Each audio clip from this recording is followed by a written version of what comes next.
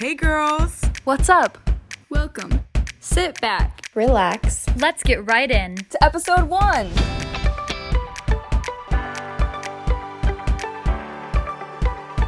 And you're listening to Don't Quit, Do It. by Today's Her Story.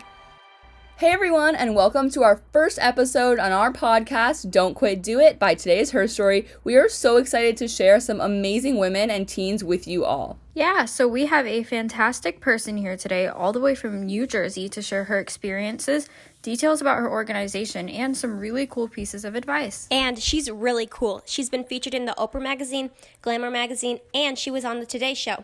Head over to our blog after you finish this episode to see for yourself. She also released an Amazon #1 new release book, but we'll let her speak for herself about the amazing success of her book, and she'll give you a sneak peek of the future. And for our first guest on our podcast, we warmly welcome Nicole Russell. Nicole Russell is the co-founder and executive director of the Precious Dreams Foundation. Hi Nicole, we are so excited to have you here on our podcast today. So I've actually known Nicole for a few years now, and she's an amazing person. She does amazing work in the community and around the United States, actually. And she's been featured in Oprah Magazine, and she's done so many amazing things. Let's just let her talk about what she's done. Awesome. I'm really happy to be here. This is exciting. Nicole, thank you so much again for coming on our podcast. And so we were wondering if you could tell us a little bit more about how you started your foundation. Yeah, so I started the organization back in 2012. I initially just wanted to donate some comfort items to kids in foster care to help them sleep. I wanted to provide some pajamas and teddy bears, the essential items that I felt all kids need and deserve. And it initially started as a passion project. Let me just gather some friends and let's put some care packages together and donate them to an organization that can then execute and distribute these bags to the kids that needed them. But when I was doing some research, I saw that there weren't any organizations that focus solely on providing those type of therapeutic services and tools for bedtime. And so naturally, as someone who loves to start new projects, I said, well, let me figure out how to incorporate a nonprofit. And then, we can just do this on a very small scale. And whenever my friends feel like getting together, we can put these items in a bag and then go make the drop-offs. And that's how it started. And then about 6 months in, I realized that this was going to be a much bigger project than I initially anticipated. And we started realizing that there was a huge demand to support youth in care. There's over 430,000 kids currently in the foster care system in the United States, and they are all in need of these basic essentials. And then we also started getting requests from homeless shelters where a lot of kids lose things along the way, or their parents may not be in a position to prioritize things like teddy bears or books and journals when, they're trying to just stay afloat and get them the things that they need, those basic necessities. So we expanded our outreach within the first year. And before we knew it, we were partnering on a state level in New York with Department of Homeless Services and Administration of Children's Services, which serves all of the foster youth in the state. And I just kept on going. And now this is my full-time job. It is my life's work. It's where I find the most purpose. We are serving nationally, and it's not so much just a small project anymore. Now it's a huge nonprofit. Well, that is really, really amazing. So could you tell us a bit more about your background, I guess, college, I guess, before starting this foundation?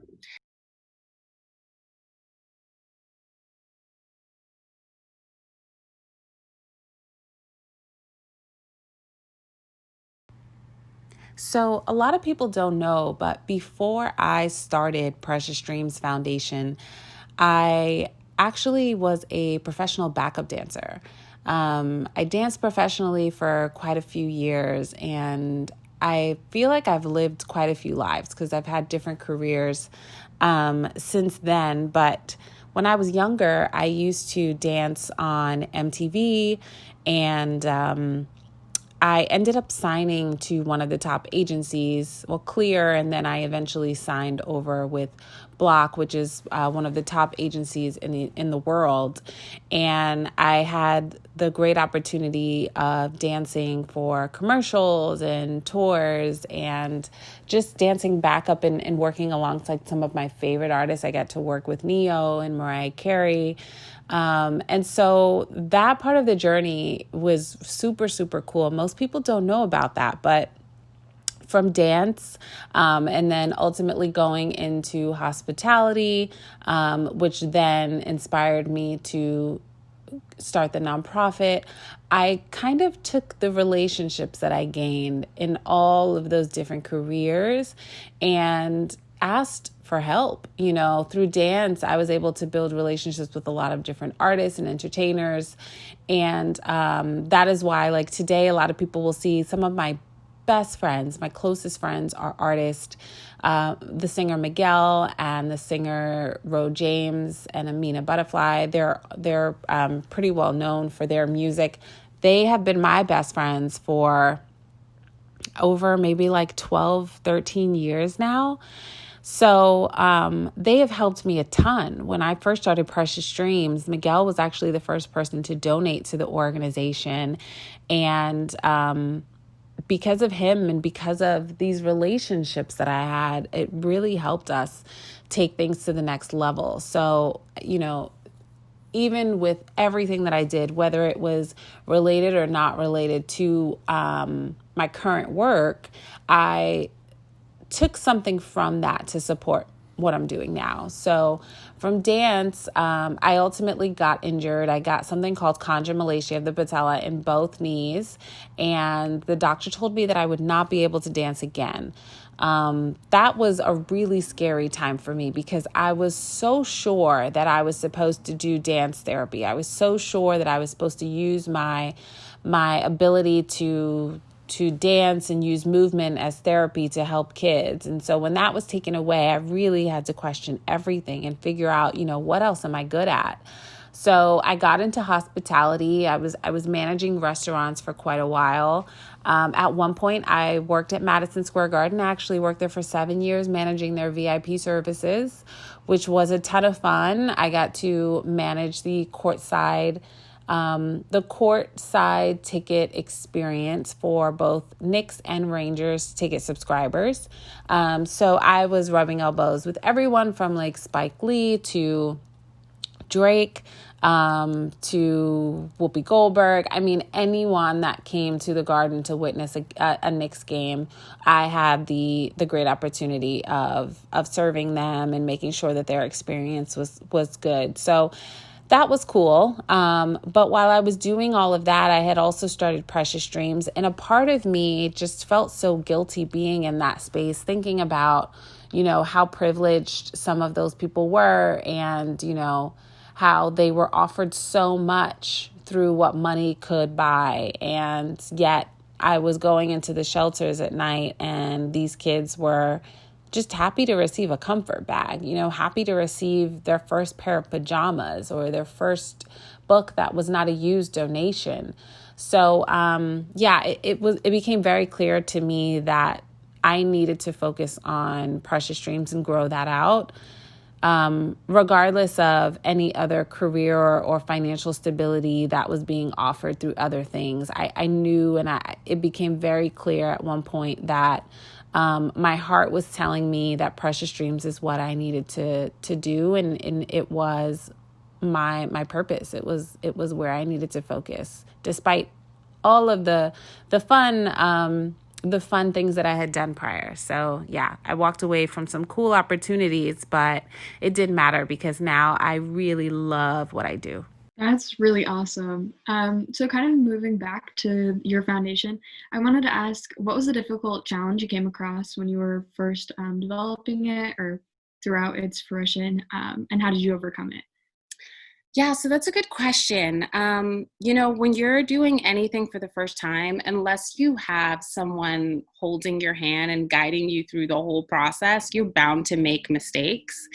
And I had to learn everything. When you start when you start a project, you're not initially thinking about all of the different things it takes to run a business. You're just thinking about what your mission statement is, right? So I initially wanted to provide care and comfort to kids in foster care. I didn't realize that I would have to also handle the marketing, the accounting, the donor relationships. There's just so much that goes into running a nonprofit organization. And, that is why building teams is important, as you ladies know. Finding people that have those strengths where you have weaknesses so that they can support you and you can kind of avoid making some of those mistakes. So very early on, the first couple of years of being forced to grow rapidly was scary for me because, there were things needed that I just didn't have in place. And for anyone thinking about starting a nonprofit, I would always say get support, especially when it comes to filing for your 501c3. So the 501c3 is what allows you to be a tax-exempt organization, but the IRS, they take their time with those. They're so overwhelmed with applications that sometimes it can take 6 months to a year. And I actually filled the application out incorrectly and had no idea for 6 months. So I was waiting patiently, waiting to hear back from the IRS for this acceptance. And then I received a letter saying that it needed to be redone. So that really prevented us from receiving a lot of large donations in the beginning, because most people, no matter how big their heart is, they want to know if they're giving a generous contribution that they can write it off. And so I feel like we lost a lot of opportunities the first year because we did not have that 501c3 status. Starting any business is super hard. And I heard that you mentioned that you had a team of people behind you helping you make it happen. But what are some of the people that inspired you to keep going? That's a good question. My boyfriend actually asked me yesterday, who are your mentors now? Who are the people that you aspire to be like? And I think that I look at what everyone is doing and I find little things that I like about each. So I'll give the example of when I was preparing for my book launch. I did the research to see, who are some of the authors that I look up to and what did they do for their initial book tour or how did they promote their book? And I just took little things from each person that I liked and then I figured out how I could do it better. So I'm always strategizing, how can I do something innovative, but that is just as cool or better than what has been done prior.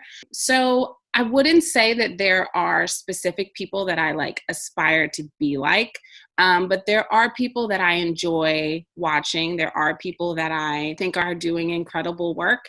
And yeah, I think that they just inspire me in small ways. How long did it take you to write it? What was involved? What things did you need to do? And where can people buy your book? So the book is called Everything a Band-Aid Can't Fix. It's actually a book written for teens. It's a self-help book. It is all about healing and dealing with the everyday struggles of life. And I was inspired to write this book because of the teens that we work with at Precious Dreams Foundation. I learned about some of the difficulties that they face and the adversity that they're forced to overcome at a very young age without having that foundation of community or parents to support them in coming out of these very, very difficult or sometimes traumatic experiences. And so I wanted to put together kind of like a handbook of all of the tools that you might need. If you lose someone, there's a chapter in there about grieving that will provide activities and different things that you can do to support yourself and learning how to self-comfort through that. And then, there's a chapter in there, it's one of my favorite. It's called Level 10 Breakups and Heartbreak. And level 10 means when you are young, especially as a teenager, every emotion feels so extreme. And I feel like a lot of parents or adults try to belittle your experiences because they're like, oh, you'll be fine. You'll get over it. It's not that big of a deal. But it really is. Your first heartbreak feels like the end of the world. Not feeling like you're being accepted by someone that you may like or have grown love for really hurts. So I wanted to just have this book that teens could use as a tool. If in that moment they felt they didn't have anyone to turn to, they could just open up this book and it really just shows you how to look within. and find the answers in yourself so that you can get past that. It took me 5 years to write the book. And that is because I didn't initially intend to write a book. I was just writing. So I would go to these different events, we'd have guest speakers, and I would take notes. And I would come home, and sometimes I had a lot on my mind, and I couldn't sleep just thinking about some of the stories and things that kids had been through. And so I would write about it more so for like my own therapy, but also because I never wanted to forget these moments and these conversations. And then I think 2 years in, I looked at this book. I had a 400-page book just full of stories. And I was like, what am I doing with this material? Like, I wish there was a way that I could get this to other kids. And I was like, you know what? How about I just write a book? So once I had the intention to write the book, then the process sped up a bit and it was easier. But another thing I'll tell you, ladies, and it's also aligned with the title of your podcast. So I have really bad ADHD. And anyone who has ADHD knows that it's really difficult completing tasks. You almost get like task anxiety. Like, it's really easy to start things. It's really easy to multitask, but like finishing things is not easy. But once I built a team and I signed with a publishing company, they gave me deadlines. They stayed on top of me about things, and I had to get it done. So it took 5 years, but I wouldn't change a thing if I went back and had to do it all over. It turned out to be the piece of work that I'm most proud of. And where can people buy your book if they want to learn more? You can buy the book. I have all of the links on my website, NicoleRussell.com, but you can also get it from Amazon, Barnes & Noble, Walmart, Target. I also just converted it to an ebook, so anywhere that books are available, you can buy the book. Okay, so we've heard about your comfort drops. What are they and how do they work? So the Comfort Drop is the program that we developed to support the youth that we work with at Precious Dreams Foundation. It was really important for me that we created something bigger than just going and delivering donations. So we do programming that empowers and inspires youth to learn how to self-comfort. And we do that through yoga and meditation workshops. We bring in guest speakers who can share relatable stories, and they talk about things they've overcome and the ways that they did that, just to inspire new ideas and ways that kids can self-comfort or cope. And we also do, my favorite activity is actually the pillowcase decorating. And we do that with the younger kids, age 6 to 12. And we help them illustrate everything that makes them feel happy, makes them feel good, and makes them smile. And they put this on their pillowcase, and it's the last thing they see before they go to bed at night. So it just reminds them of all of their blessings and all of the reasons why they should feel happy, even if they're stressed or even if they're feeling really sad. So going off of this and what you've told us so far, where do you see yourself in a couple of years? So I just turned in the first draft of my second book. And I will tell you, ladies, for the first time, I haven't told anyone else this, but I am also releasing a journal that goes with Everything a Band-Aid Can't Fix this September. So I'm super excited about that. And just continuing to grow the organization and continuing to support kids on a larger scale. Could Precious Dreams go global one day? I sure hope so. But for now, we're just trying to make sure that we develop chapters in as many cities as possible. So our next city that we're opening a Precious Dreams chapter in is Washington, D.C. And then this fall, we're opening up a chapter in Houston, Texas. Wow, your organization is amazing and how it has reached the national level. So tell us a little bit about how you got to go and have a national level organization. How did you get to that point? You know, good press is the answer to that. We did not invest in a publicist. I just got really lucky. The first year that we started, a friend of mine entered me in this contest for Glamour Magazine. They were looking for an everyday hero of the year. And I had no idea that she submitted me for this contest. I didn't know anything about it until I received an email saying that I was the winner. And we hadn't even been in service for a full year. And I was receiving an award for being the hero of the year, which was crazy to me, but they gave us a $5,000 donation and a full page spread in Glamour magazine and a commercial that aired on Investigation Discovery. So we were given so much exposure at the very beginning. And because of that, a lot of people from around the world started emailing, asking how they can get involved. And the idea to start different chapters actually came from people who wanted to support us and they weren't able to get involved in New York. So it was never a goal of mine. There was just a demand there. And, I realized that if we put together a proper training manual, then I could teach these people how to do what we're doing in New York and help us spread the love and comfort across the states. So yeah, everything from like being featured on the Today Show and Oprah Magazine, all of those amazing opportunities allowed us to get the exposure to get more support and really grow.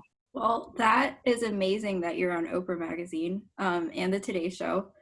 So I guess through this whole experience, what's been your most memorable experience? I think I'm going to remember the times where hope was found.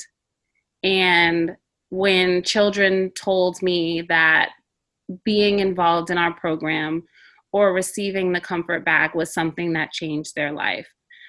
There are kids that tell me now they still hold on to the journal that I gave them 5 years ago, or that they remember something a guest speaker said 3 or 4 years ago that inspired them to go to college or consider it a career change.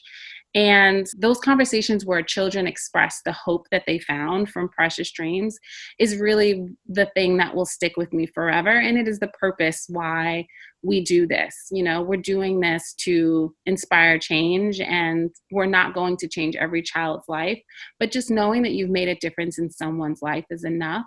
So that's the thing that I think I will never forget and I will hold on to forever, knowing that we've made a difference. Yeah. So one of the things that we strive to do here at Today's Her Story is to empower and to inspire teen girls. And so with that being said, if you could go back to your teenage self, what advice would you give to yourself? And with that, what advice do you have for teenage girls who are discerning their future? So those are two good questions. Going back to my teenage self. Well, one thing I will tell you ladies about me is I have always been outspoken and not afraid to stand up for myself. So I've never really held my tongue when it came to like just asking for something that I wanted. But I did not ask a lot of questions about my family history, or I didn't ask enough questions about things that I was curious about, even in terms of like college and career. I wish that I had used whatever platforms were available to reach out to people, even if it was strangers, and just ask a question that was on my mind. There are people that I have lost in my family that I wish I had asked questions to, just to learn more about what their childhood was like and, to learn about my ancestors. Those are things that, if you don't ask those questions at some point, you might never have the opportunity to. So I was very curious, but I didn't ask enough questions. So I would tell myself to be bold enough to ask whatever is on my mind and not to wait until tomorrow. So my advice to everyone is just learn yourself. Figure out who you are. Figure out who you want to be. Figure out how you want to show up in the world. Figure out what moves you, what wakes you up in the morning, what gets you excited, what makes you smile. We are all so unique. Everyone is born with their own unique skill, and everyone has a unique purpose in this life. And I think sometimes we look to others for advice on what we should do. No one can really tell you what is going to make you feel the most fulfilled. You can see examples of options all around you within your community or online. But I think finding out what that fire is, that spark that is going to drive you to have a happy life, that is something that you only figure out when you learn who you are and you truly love yourself and you can answer your own life's calling. That's some really great advice that I think all of us can use, and I think just people in general could use. So kind of in closing, I just wanted to ask, where can people learn more about your organization and how can they get involved if they want to help support it? So you can visit us on our website, preciousdreamsfoundation.org.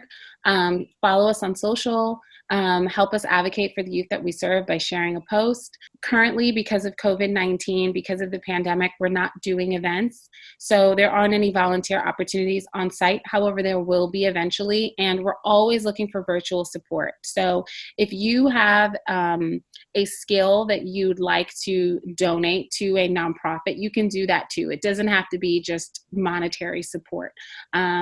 If you are a graphic designer and you want to help in some way, if you find an organization online that you love and you think that you can help them better market their services, send them an email and say, I want to give you an hour, 2 hours a week. That will make such a big difference. And a lot of people don't think about that. Even with writing, if you're a great copyright editor, nonprofits are always writing grants, applying for grants, sending out letters of intent. They need editors. So you can donate an hour of your time to do some editing. I would say if anyone wants to just volunteer in their own unique way, never be afraid to just send an email and say, hey, this is what I do. And I've got a lot of time now because of the pandemic. So I'd like to give my time in this way. And, that organization, especially my own, we might need it. So I would say just help us in any way that you can, but also think about whatever nonprofit that you feel passionate about. And as long as you're serving, it doesn't matter if it's with my organization or any organization, if we're all working collectively to make this a better world, then that's what makes me happy. All of us agree that your story is very inspirational and it will touch any girl from any kind of background. I think this was a perfect way to start our Don't Quit, Do It podcast by having you as our first guest. So we would like to say thank you for giving us your time and telling us your story. Thank you so much, ladies. I had a really good time with you all. I'm looking forward to following the journey and tuning into the podcast. This is really beautiful. And I do believe that what you're doing and all of your own unique stories are going to inspire girls as well. Wait, don't leave yet. Make sure you subscribe to our podcast and stay tuned for more in the future. Also, we're hosting a really awesome giveaway with Nicole, giving away one of her signed books. So head on over to our Instagram to enter that giveaway. See you later. Bye, guys.